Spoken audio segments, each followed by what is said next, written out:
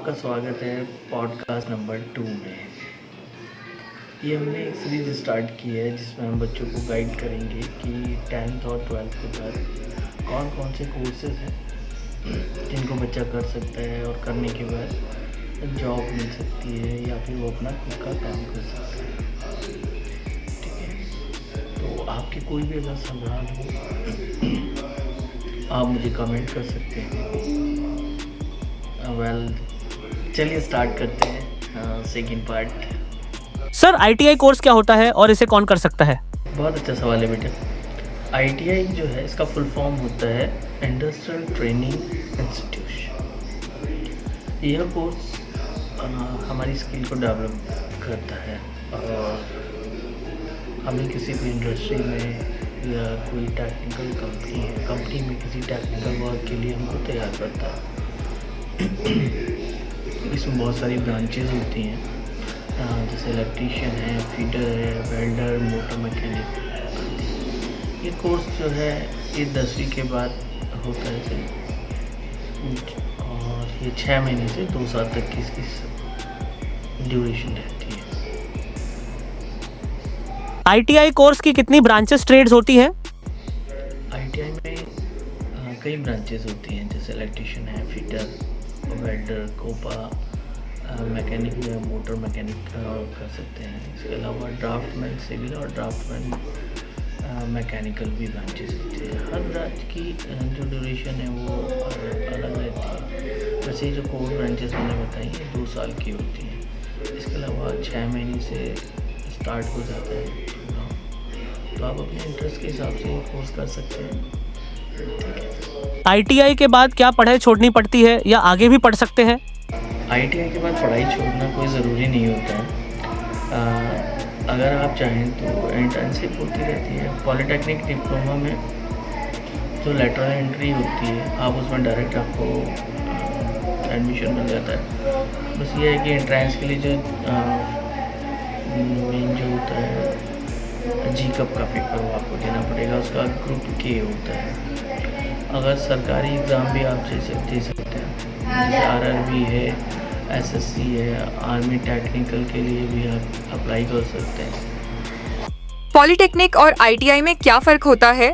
ITI एक skill based course है जिसमें आप एक पर्टिकुलर काम या मशीन के बारे में सीखते हैं। पॉलीटेक्निक एक डिप्लोमा है जिसमें आपको टेक्निकल नॉलेज, उसकी थ्योरी, प्रैक्टिकल दोनों मिलता है। पॉलीटेक्निक का लेवल थोड़ा सा हायर होता है ITI से। इसके बाद आप BTech कर सकते हैं जिसमें आप कोई डायरेक्ट एडमिशन ले सकते हैं या CUT के तहत आप लेटरल एंट्री में एडमिशन ले सकते हैं। पॉलीटेक्निक के बाद क्या सीधा इंजीनियरिंग में एडमिशन मिल सकता है? पॉलीटेक्निक डिप्लोमा के बाद आप सीधे BTech के दूसरे वर्ष में एडमिशन ले सकते हैं, जिसे लेटरल एंट्री बोला जाता है। इसके लिए आप डायरेक्ट भी एडमिशन ले सकते हैं या फिर CVT के आप एंट्रेंस एग्ज़ाम दे सकते हैं, उससे भी आपका हो जाएगा। अब एंट्रेंस देने का थोड़ा सा बेसिक फंडा ये है कि फ़ायदा भी है, आपको स्कॉलरशिप आ जाता है जो कि पढ़ाई का आपके खर्चे को थोड़ा कम कर देता है।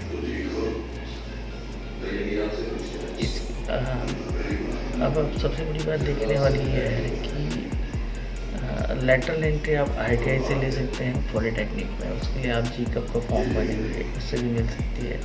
वहीं आप मैथ्स और बायो से आपने अगर एंट्री किया है तो उससे भी आपको लेटरल एंट्री मिल जाती है। पॉलीटेक्निक में कौन कौन सी ब्रांचेस ज़्यादा पॉपुलर हैं? पॉपुलर ब्रांचेज हैं उसमें computer science, civil engineering, mechanical engineering, electrical engineering और इलेक्ट्रॉनिक्स एंड कम्युनिकेशन है। इन ब्रांचों में प्लेसमेंट काफ़ी अच्छा रहता है। कोर ब्रांचेस इन्हें बोला जाता है और आपके लॉन्ग टर्म कैरियर ऑप्शन भी अवेलेबल होते हैं इसमें, क्योंकि आप इसमें प्राइवेट गवर्नमेंट दोनों सेक्टर में जा सकते हैं। तो ऑब्वियसली जब दोनों सेक्टर में जा सकते हैं तो अभी बहुत सारी अपॉर्चुनिटी आपके पास है कि आप आगे क्या कर सकते हैं। स्टार्टिंग में आप कॉर्पोरेट में चले जाइए, प्राइवेट सेक्टर में, बाकी जो गवर्नमेंट के पेपर निकलते हैं उसको आप भरते रहिए, पेपर आप निकाल लीजिए तो आप स्विच कर सकते हैं, गवर्नमेंट में आ सकते हैं। आईटीआई या पॉलीटेक्निक में एडमिशन कैसे होता है, क्या एंट्रेंस होता है? पॉलीटेक्निक के लिए एंट्रेंस बेस एग्ज़ाम होता है, जैसे यूपी में जीका बोला जाता है, और आईटीआई के लिए जो है मोस्टली मेरिट्स बनती है। इसमें आपको ऑनलाइन फॉर्म भरना होता है एनसीवीटी का, और डॉक्यूमेंट अपलोड होते हैं इसमें, मतलब प्रॉपर्ली वैसे नहीं तो जो नंबर्स हैं हमारे वो अपलोड होते हैं। फिर काउंसलिंग का राउंड चलता है, उसमें मेरिट के हिसाब से होता है, जिसकी मेरिट अच्छी है उसका नंबर पहले आता है, इसके हिसाब से ये देखा जाता है। गवर्नमेंट और प्राइवेट कॉलेज में क्या फ़र्क होता है? कॉलेज की जो फीस होती है वो थोड़ी कम होती है, प्लेसमेंट थोड़ा रिलायबल रहता है।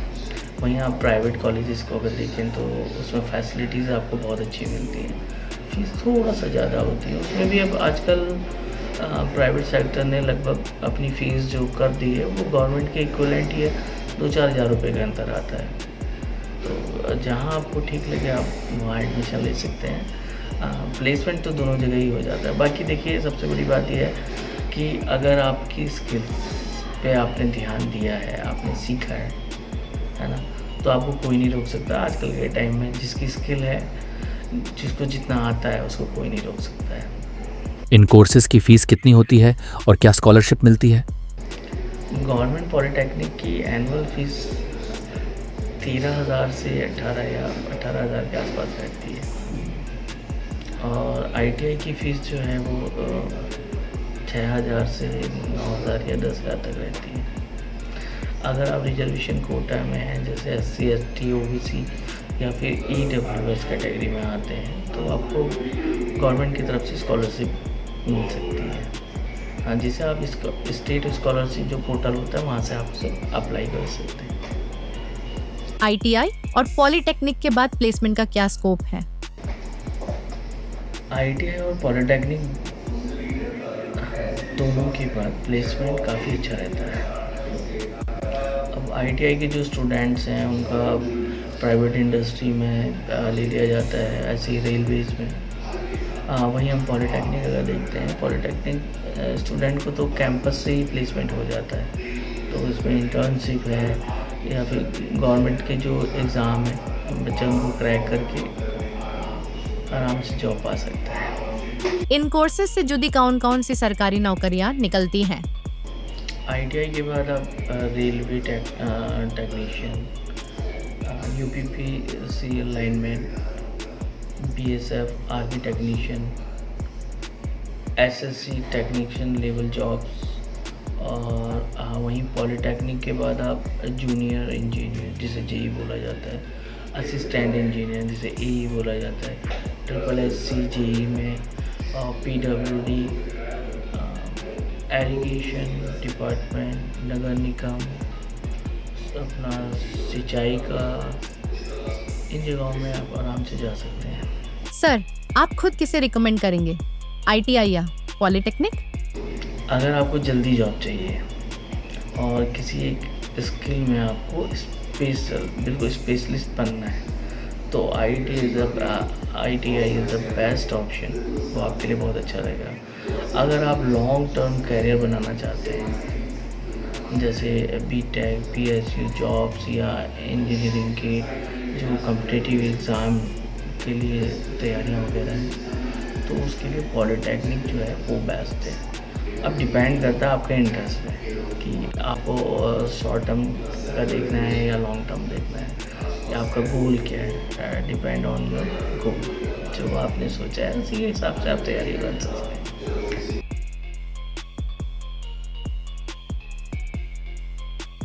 तो बच्चों, मुझे उम्मीद है कि आपको आईटीआई और पॉलीटेक्निक के बारे में क्लियर अंडरस्टैंडिंग मिली होगी इस पॉडकास्ट से। अगले पार्ट में अभी हमारे पास बहुत सारे टॉपिक हैं, जैसे BCA, BBA, नर्सिंग, पैरामेडिकल,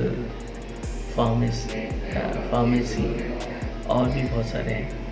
तो स्टेप बाय स्टेप चलेंगे। अब पार्ट 3 आएगा, तो पार्ट 3 में देखिए अभी हम किसका तैयार करते हैं, मैंने प्लान नहीं किया है।